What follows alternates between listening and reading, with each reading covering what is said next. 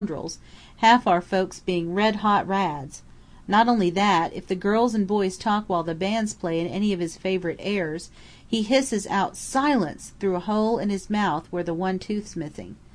That tooth being gone has got the girls' nerves worse than anything else, it would seem, except his being down on suffragettes. And the crisis was reached when he insulted Miss Hassett Bean, the richest and most important woman in the bunch, when she expressed her political opinions. Said to her, "My dear lady, why do you bother to have opinions? They give you a lot of trouble to collect, and nobody else will trouble to listen. Why not collect insects or stamps instead?"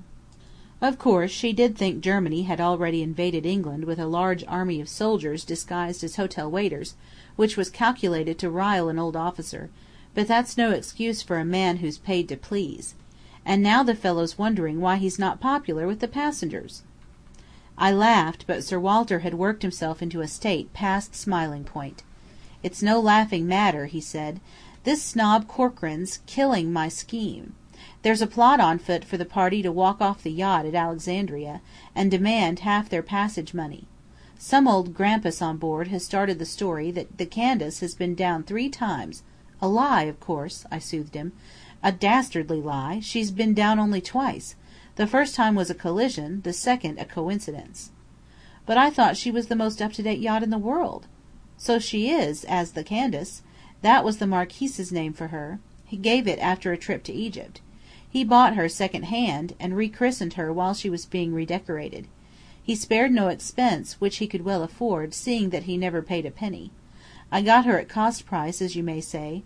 But these plotters are going to claim they were inveigled on board under false pretences by my advertising the Candace as the newest thing in yachts. I've had a letter and several cipher telegrams from the assistant conductor, a useful chap, telling me the whole story of the plot, which he's nosed out, and I'm faced with humiliating failure unless I can save the situation by a grand coup at the 11th hour. Now you can guess why on the spur of the moment I bought up your rights to dig in the Sudan, can't you?" "I confess I can't," I said. "Why, I want you to take Colonel Corcoran's place on the Candace as conductor, and I want you and your friend Fenton to go up the Nile in charge of the splendid steam dahabeah I've bought to supplement the Mediterranean trip. There you have my motives in a nutshell." I burst out laughing. "A cracked nutshell," I remarked. Sir Marcus's rosy face turned royal purple. "What? You won't undertake it?" "I couldn't," I assured him. "For one thing, I'd be a fish out of water. My dear sir, perhaps you don't know that my nickname since the age of 5 has been Duffer? I'm proud of it. I take pains to live up to it. I bet you do. I bet it opens doors and lays down velvet carpets for you. Why, a duffer with a title is exactly what I want. Duffers are all the rage nowadays. You and your friend will make a brilliant pair, a fine contrast, especially with your friend's present get-up. If you'd both been born for me, you couldn't suit me better." I laughed again. "You said you ought to have launched out on belted earls. We're humble. There's no earls handy, and if there were any they wouldn't be what you two are in looks and talents, to say nothing of your brother being a marquise. I'm offering you both the softest kind of a job. All you have to do is be agreeable young gentlemen, with a knowledge of society and history. That means, you can be yourselves. You get a fine trip on high salaries if you don't scorn to accept my money, and as a reward for a good holiday you receive the right to explore your golden mountain.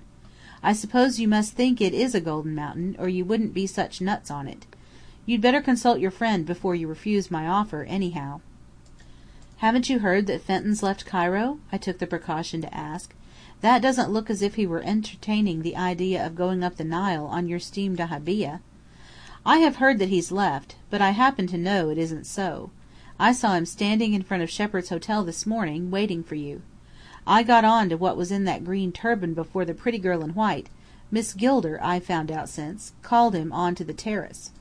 Don't look as if you wanted to eat me, Lord Ernest. I've won my way up from the bottom rung of the ladder by keeping my eyes open and putting 2 and 2 together. I specialize on that.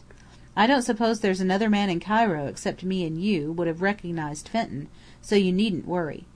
I twigged that he'd dressed up for serious business, not for fun, because I read about some smart coups he'd brought off by going among the natives like one of themselves. I'm not a sneak, and I shan't revenge myself by giving him away, even if you two do show me the frozen face.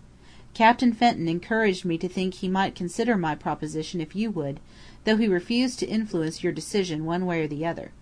Naturally, I conclude that he could be on my Nile boat if he wanted to, even if not in his own capacity as an officer. I'll take him in his green turban. He makes the best-looking Egyptian I ever saw, and he'd go down with the ladies like hot cakes. Sir Marcus, I smiled, you're one of the most amusing as well as the sharpest men, if you'd allow me to say so, that I ever met. Whatever happens, I shall not forget this conversation. I don't want you to forget it, he grinned, beginning to hope. Think it over. We're the chance of a lifetime for each other. And remember the mountain of the golden pyramid. I rose, and he got up heavily. When will you let me know? He asked. I was tempted to reply that he must have taken Fenton's seeming encouragement too seriously, that mountain or no mountain, it was practically impossible for us to accept his amazing proposition. But suddenly I seemed to hear Antoun Effendi telling Miss Gilder that she must wait for his decision until evening. He had said afterward also that it depended on me. It was evident that he had a scheme of his own, worked by wheels within wheels. He had consoled me after the first blow by saying that all was not lost. And I had 4 months' leave from duty. A lot could be done in 4 months. I will let you know before night, I said to Sir Marcus Lark. End of chapter 6.